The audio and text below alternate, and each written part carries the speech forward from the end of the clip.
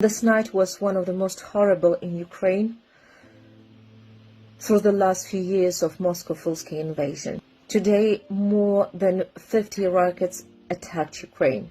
More than 60 drones attacked Ukraine.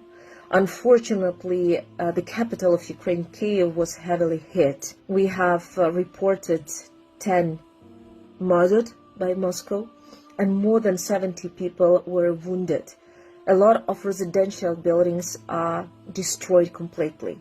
The same awful situation we do have in Kharkiv, usually in Odessa. And in this context, it's very weird for me to hear about negotiations with Putin and that Ukraine has to agree to some points and Ukraine has to say that Crimea is Russian and that Ukraine has to give up on its sovereignty and land over 4 regions of Ukraine. I think it's wrong position. The aggressor, the murderer, which is the Moscow Federation, should be punished. Moscow Federation infringed international law. It ruined their current international system as general.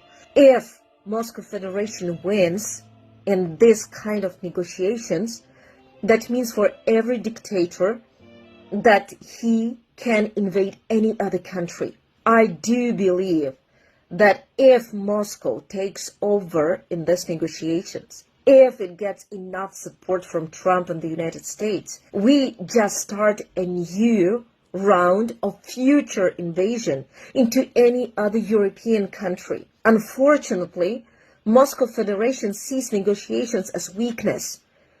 And the more you negotiate, the stronger it becomes. Recently, it was reported that Moscow Federation got a lot of factories from the enterprises that withdraw the Moscow Federation, and they are doing different stuff for military on that factories.